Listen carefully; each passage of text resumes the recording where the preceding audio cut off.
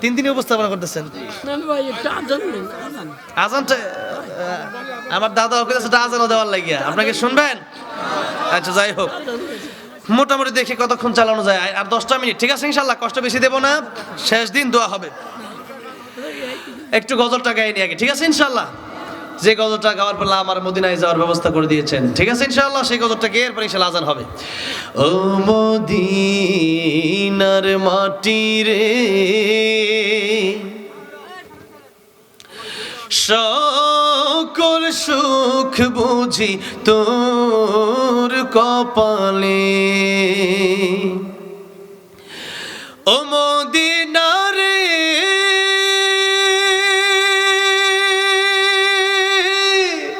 তোর বুকে আমার নবী, যার লাগে পাগল সবই, যার লাগে মাতোয়ার ত্রিভুবন। কাঁদি আমি সারাক্ষণে, কখন যাব সেখানে, সহে না আর পরাণে। ও মদিনার মাটি রে, সকল সুখ বুঝি তোর কপালে। ও মদিনা রে,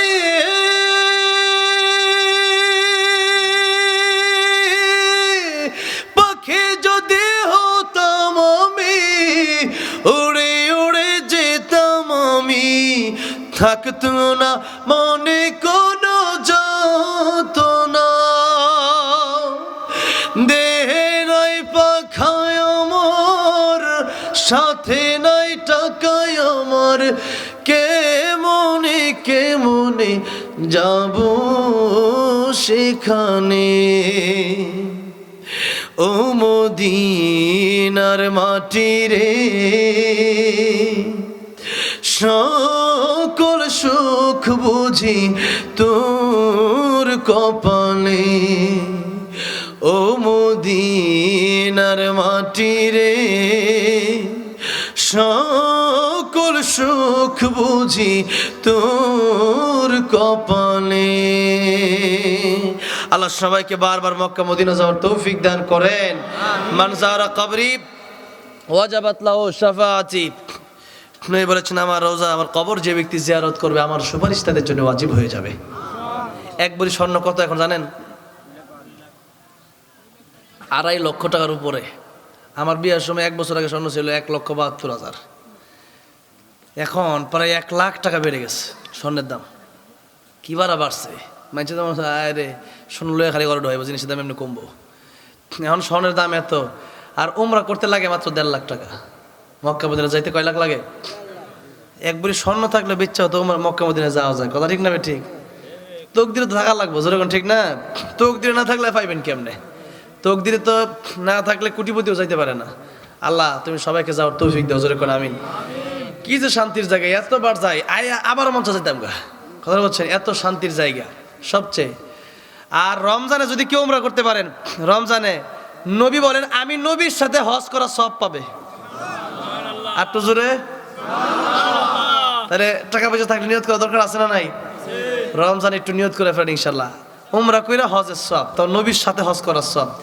আল্লাহ রাব্বুল আলামিন আমাদেরকে যাওয়ার তৌফিক দেখ, জোরে কোন আমিন। আজান তো দেওয়ার জন্য বলছে, এত রাতে যদিও আজান দেওয়া একটু কঠিন, সমালোচনা হয়, তারপরে এত দূরে আসছি, এত বড় একটা প্রোগ্রাম, সেই জন্য একটু দেই। তার আগে শুনতে চাই, আপনারা সবাই কি শুনতে চান নাকি? সেই রকম জোরে একটু আল্লাহু আকবার বলতে হবে। রাজি আছেন? তাইলে একটু ওই যে পেছনে যারা আছেন তারা তো মোটামুটি বালিশ টালিশ দিলে তো একটু বালিতে সিট মিট করে দিলে, যাই হোক, তাহলে সবাই একটু জোরে কোন তো আল্লাহু আকবার। তাইলে প্রত্যেক লাইন শেষ হবে আল্লাহু আকবার বলতে পারবেন ইনশাআল্লাহ? দেখি কত জোরে কইতে পারেন, একটু গলা একটু কাশি টিশি দিয়ে রেডি হয়ে যাবে। ঠিক আছে, রেডি হয়েছে ভালো করে, দেখি কত জোরে কইতে পারেন। আজান হচ্ছে পৃথিবীর শ্রেষ্ঠ ধ্বনি। আজান এত রাতে দিলে যদিও অনেকেই আমাদেরকে নিষেধ করছে মুরব্বীরা, তারপরও দেখা গেছে মানুষের আবদার তো বাস্তবে তো শুনে নাই, মোবাইলে শুনছে, এই জন্য। যাই হোক, দেখি আপনার কতক্ষণ পর্যন্ত আছেন। আওয়াজ কমে গেলে আমি বাদ দিয়ে দিব। কারি উবাইদুর রহমতুল্লাহ যে আজানটা দিতেন, আল্লাহ আমার সেই আজানটা গাড়ে হেরাই গিয়ে যাওয়ার মানে ওখানে একটা মসজিদ আছে, মসজিদে বেলাল, সেই মসজিদে গিয়ে আমি আজান দিছি, যেরকম মারহাবা। সেই আজানটা আপনাদের একটু শোনায় দিয়ে আল্লাহ কারি উবাইদুর রহমতুল্লাহ আলাইহির কবরকে জান্নাতের বাগান বানায় দেন, বলেন আমিন। উনি চলে গেছেন, ওনার আজানটা এখনো রয়ে গেছে, ওনার সুরে যে আজানটা, আমরা যে আজান শুনে ইফতার করতাম আর কি। সবাই কি রেডি আল্লাহু আকবার করার জন্য? দেখি আল্লাহু আকবার, আল্লাহু আকবার,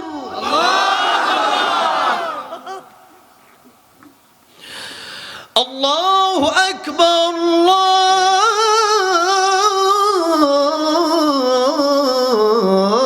আল্লাহু আকবার। আশহাদু আল্লা ইলাহা ইল্লাল্লাহ,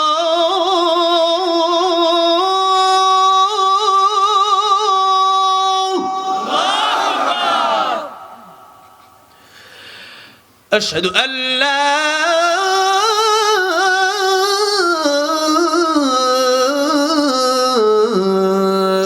إله إلا الله،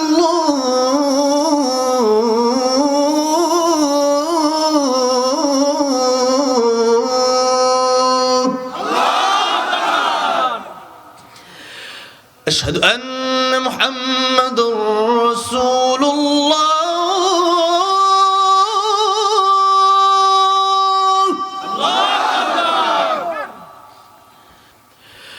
أشهد أن محمدا رسول الله،